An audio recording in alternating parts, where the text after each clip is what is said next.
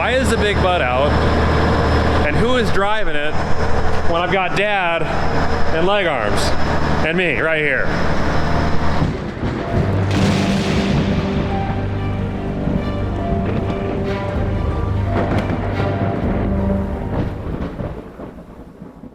Welcome back, guys, to the channel.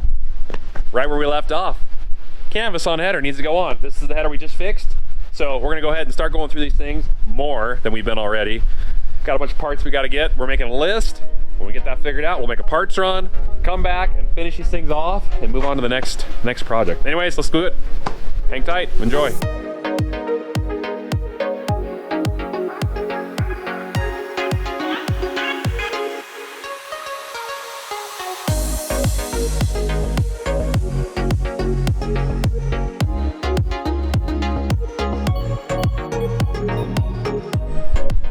Okay, well, we got it tight for the most part. We're probably tightening it some more. Well, I'm gonna run it, and then we're gonna get that section, the seam, to be on the top, and then we can finish tighten all the bolts up on that. Because I didn't get two of the nuts tight because I couldn't get at them. Fire her up. There we go.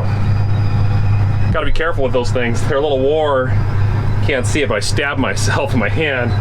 The bats have little ribs on them, and they're carbon fiber, little carbon fiber rods they put and molded into the rubber. Well, the ends have wore off, so now those little carbon fiber rods or pins are sticking out and stabbing everyone that grabs at them. There we go. Okay, got it. Seams on the top, leg arms is getting up there to tighten it up. He's gonna make sure they're all snug. And then we got to do some more, I think tires might be up next. Tires and fluids on the header. Make sure the reservoir on the header is all full of oil, and check tire pressure. And then we need to grease everything too. It is a windy day, all right. I think the headers are pretty much good to go. Still got to put some new nylon skid plates in the bottom of these things. I think they're called the skid shoe or something like that. Have to go get those. A couple random parts like that. But what I want to do right now is I'm going to pull a module or a concave out of this thing. I know they were gone through before we purchased them by Torgerson's, a local case dealership, but I'm a little unsure how the wear edges on these are, and I'd like to look at them to inspect to see if maybe we need to get some new hard threshing concaves, because I got a feeling our crops this year are going to be pretty hard to thresh. Thresh is the term you use for taking the kernels out of the heads. You need sharp edges to do a good job, and if you don't, you'll have loss, you'll have a dirty sample. It's got to be clean. So I'm gonna pull out one of these. I think this front one right there. We'll see how easy it is to take out. They made these ones smaller now, so it's not like nearly as heavy as taking out the old ones that we used to have, but still looks like it might be a bit of a challenge getting this out. So we'll see how it goes. Let's find out.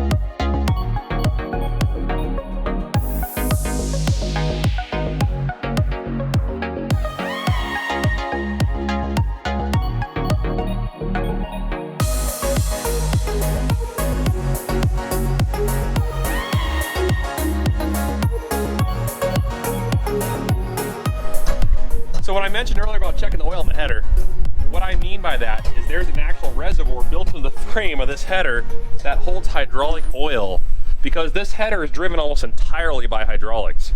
The PTO coming off this feeder house here powers this gearbox here, which has a big old hydraulic pump on it, and that pump supplies power to the motors, which run all the conveyor belts, the center draper, the side drapers, bells, a bunch of other pieces. So those hydraulics are self-contained within the header. They don't share from the combine. Now there are hydraulics like the reel and the cylinders that raise the reel up and down and forward and aft. That is shared by the hydraulics of the combine. And that's what this connector is right here. But you got to make sure you check the hydraulics. And so right here, there's a sight glass. This one's dark. It's kind of clouded over because it's probably been in the sunlight. This one's light. So it's got enough oil. I just opened the cap up. You can see inside, plenty of oil in there. Not an issue at all.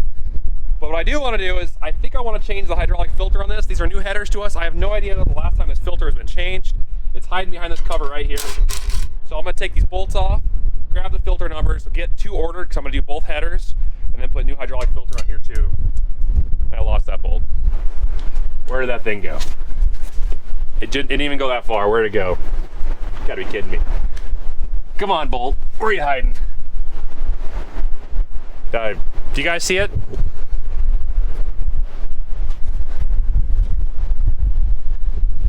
Am I the only one that ever deals with stuff that falls down and it makes 0 sense where it went? Yeah, I don't know. I have no idea where that thing went. I gotta look for it. I have an idea. Let's try this trick. I'm gonna reenact that moment where it fell, and this one's gonna fall right where the other one went. Okay, let's take a look. Nope. Not where it went. But I am looking for this. I bet it's under the tread somewhere. Or I'm blind.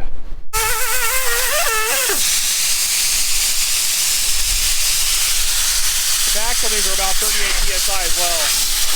So we're dropping it down to about 30. We're gonna check the level, but I think the idea is we want to get these down to about 20 PSI. Oh, there we go. So this should be good, but it'd be nice if it keep a little more air in the back, if that was enough to keep the combine level rather than having to readjust the way these rear wheels sit with these bolts right here. We really don't want to mess with that, but if we have to, we have options.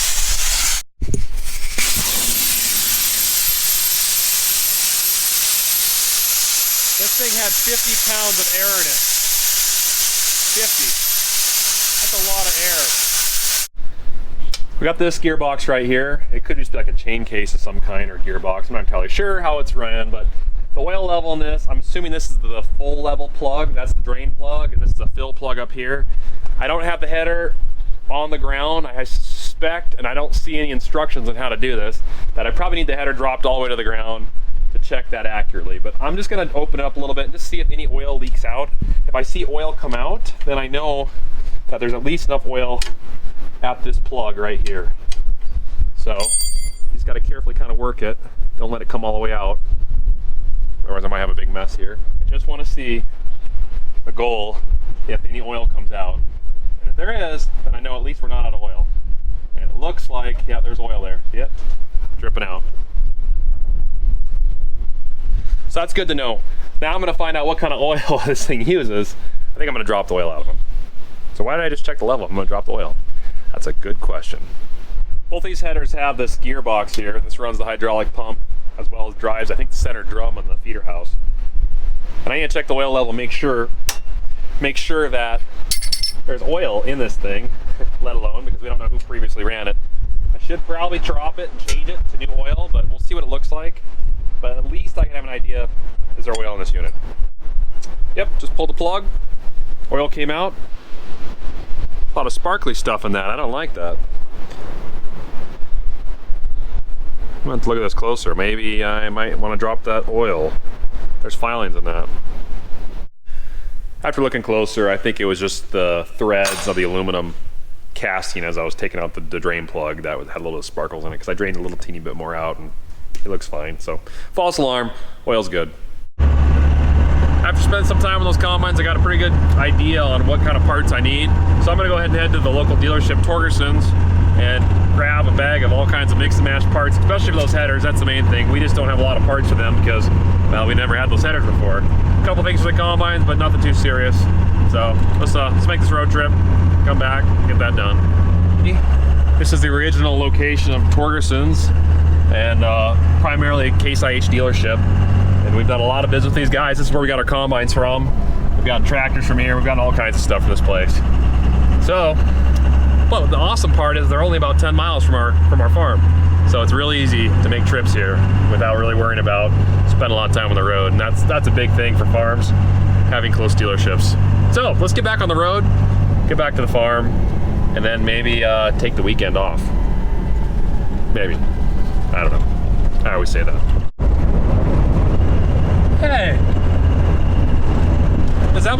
track? I think that's my 580 from the spring. I know where he's at. Bet I can find the keys. Hey, so, do you guys want to see something kind of fun? It's just down the road.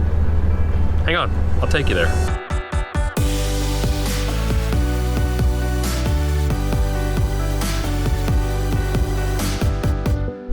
These babies were put up a few years ago. And I say a few years ago, I mean like over 10 years ago. It's a wind farm just outside of Etheridge, Montana, which isn't far down the road from where we live. There's about 500 in some of these around the area.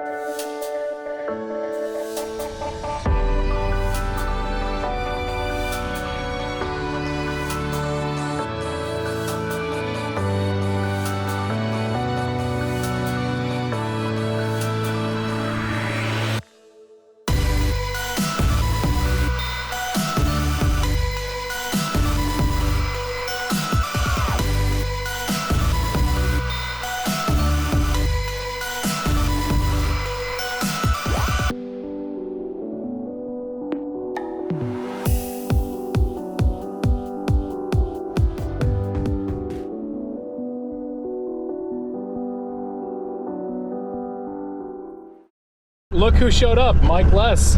If you don't know Mike Less, you should check him out. He's got a sweet channel on YouTube, and he's basically versatile guy. Well, we got to meet up with him about 9 months ago. Yeah, down at the about 9 months National ago. Farm Machinery Show. Yeah. Yep, and that was a fun time. We actually finally got to meet and got to BS a little bit, and but this guy's heading on through, and guess what? He wanted to stop here. Yeah. Stopped at Subway in Shelby, Montana, and it just dawned on me that this is where Welker Farms is from, and I should try to find him. Well, just kidding, I had him. He found us.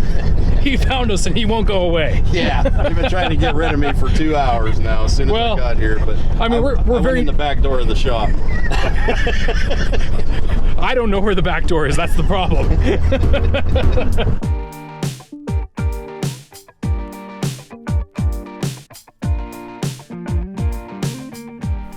Well, fortunately for us, he didn't try to steal it because he's coming back. And also, if he did try to steal it, he can only go 12 miles an hour.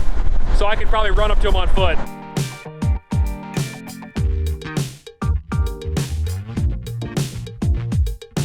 I forgot about it. I was so intimidated because you guys were watching me. I want you to hire me as a farmhand, you know, for a week. So, yeah. It's Farmhand Mike. Thanks. My first big bud.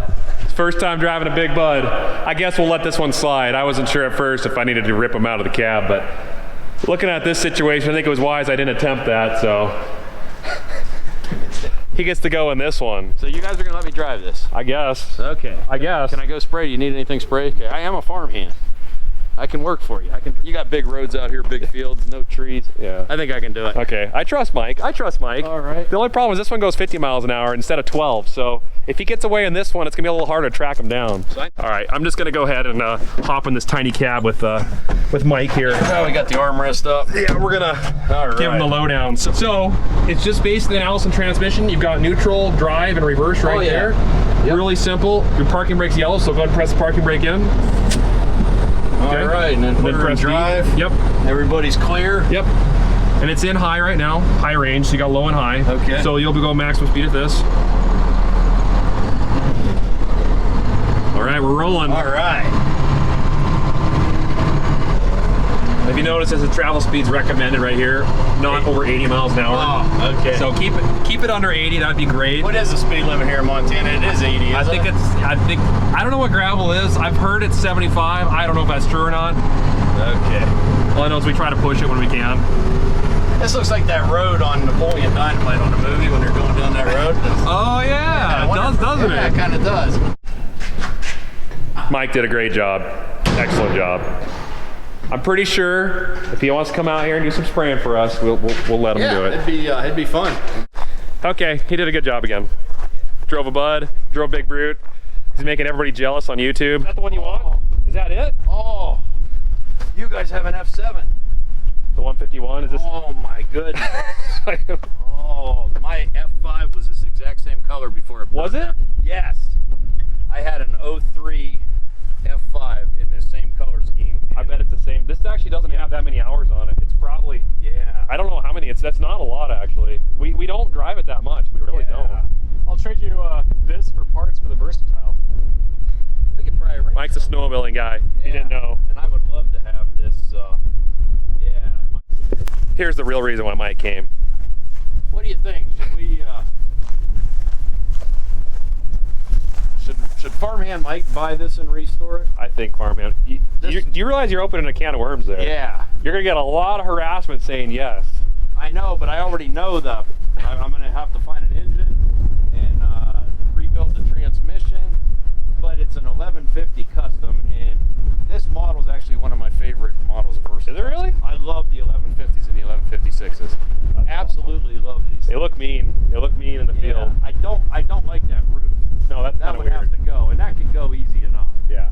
But I understand why someone probably did that. Is that aftermarket? That's totally aftermarket. Someone made I that. think that's All right, guys. Well, Mike has to leave, unfortunately. Yeah. It's been fun having him here. He was able to stop through on a trip through Canada. Yeah, Canada. I'm working my way back to Ohio, so coming right by your place. So he's gonna leave the dry country, get back to the wet country. Hopefully bring some of this dryness your guys' way, because I guess that's what you guys want. Yeah, we got a lot of humidity, so I am enjoying the weather here, but it's time to get back to reality. If you guys don't know Big Mike, Mike Less runs a really good YouTube channel and an Instagram page. Make sure you guys check him out. It's Farmhand Mike. Farmhand Mike on Instagram. If you type in Farmhand Mike on YouTube, that'll probably come up too, but just Mike Less, Farmhand Mike, I'm on there. Yep. We ran into Mike a couple times at some recent farm shows. He's usually at the big farm shows, so make sure you go to the Versatile booth and check him out. Yeah, and I'll see you again in about a month or so at Farm Progress. Farm in Progress, sure. Decatur, Illinois. I'll be there. So anyways, guys, if you want to see a lot of sweet tractor stuff, this guy's got some really good footage. Worth checking out his channel. Go stop by and say hi. But yeah, Thanks. Good stuff. Thanks for having me. We'll talk to you hopefully soon. I'm gonna go. No, it was fun. Thanks. Yep. Okay.